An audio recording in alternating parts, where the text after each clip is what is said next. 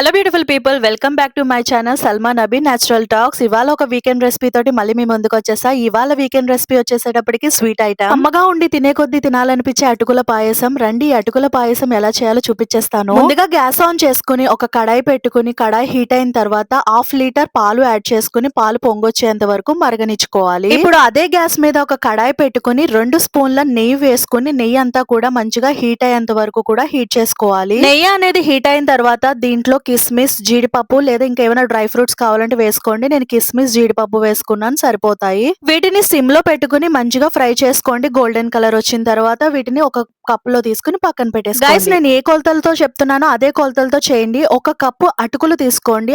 నెయ్యిలో వేసి దోరగా వేయించండి. సిమ్ లో పెట్టి గ్యాస్ దోరగా వేయించండి. అటుకులని నెయ్యిలో వేయించడం వల్ల కమ్మగా ఉంటాయి. ఇలా అటుకులు గోల్డెన్ కలర్ వచ్చేంత వరకు కూడా సిమ్ లో పెట్టేసుకుని గ్యాస్ ని మంచిగా నేతిలో వేయించేసుకోండి. ఇప్పుడు గ్యాస్ ఆన్ చేసి ఇంకో కడాయి పెట్టుకుని ఏ కప్పుతో అయితే అటుకులు తీసుకున్నామో అదే కప్పుతోటి బెల్లం తీసుకుని కరగబెట్టేసుకోండి. అంటే పాకం వచ్చే వరకు కరగబెట్టుకోండి. పాకం వచ్చేంత వరకు కరగబెట్టేసుకుని పక్కన పెట్టేసుకోండి. ఫస్ట్ పాలు కాచే కన్నా ముందు ఈ పాకాన్ని రెడీ చేసుకుని పక్కన పెట్టుకోండి. మనం పాయసంలో పాకం వేసేటప్పుడు పాకం అంతా కూడా చల్లారిపోయి ఉండాలి. ఇప్పుడు పాలు అనేవి పొంగొచ్చేసాయి. దీంట్లోకి ఒక 3 స్పూన్ పెసరపప్పుని కడిగేసుకుని వేసేసుకోవడమే. నానబెట్టాల్సిన అవసరం లేదు. జస్ట్ కడిగేసుకుని పాలలో వేసేసుకుని ఉడకబెట్టుకోండి. హార్డ్లీ ఒక 5 మినిట్స్ కి పెసరపప్పు అనేది ఉడికిపోతుంది. ఇప్పుడు మనం ముందుగా అటుకుల్ని ఫ్రై చేసి పెట్టుకున్నాం కదా, ఆ అటుకులు కూడా ఈ పాలల్లో యాడ్ చేసేసుకోండి. అటుకుల్ని యాడ్ చేసిన తర్వాత గ్యాస్ అనేది సిమ్ లో పెట్టుకుని మధ్య మధ్యలో తిప్పుతా ఉండండి, లేదా కింద అడుగంటేస్తా ఉంటది. సో మధ్య మధ్యలో తిప్పుతా ఉంటే అటుకులు. ఇప్పుడు ఇందులో ఫ్లేవర్ కోసం ఇలాచీని దంచి దీంట్లో వేసుకోండి. ఫ్లేవర్ చాలా బాగుంటుంది. ఈ అటుకులు పెసరపప్పు ఉడికిన తర్వాత మనకి పాయసం అనేది దగ్గరకు వచ్చేస్తుంది అనమాట.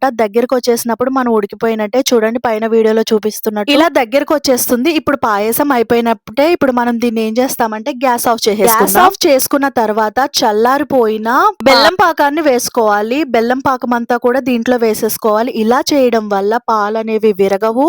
పాయసం అనేది మంచి టేస్టీగా ఉంటుంది, కలర్ గా ఉంటుంది. అలాగే మనం డైరెక్ట్ గా బెల్లం వేసేస్తే కింద మాడిపోతుంది. అలా మాడిపోకుండా ఇలా పాకం వేసుకుంటే ఎటువంటి టెన్షన్ లేకుండా పాయసం అనేది ఈజీగా రెడీ అయిపోతుంది. పైనుంచి డ్రై ఫ్రూట్స్ వేసేసుకుంటే మన యమ్మీ అటుకుల పాయసం అనేది రెడీ అయిపోతుంది. Thanks for watching guys. అటుకుల పాయసం మీకు నచ్చినట్లయితే ఈ ఛానల్ ని సబ్స్క్రైబ్ చేసుకోవడం మాత్రం మర్చిపోకండి.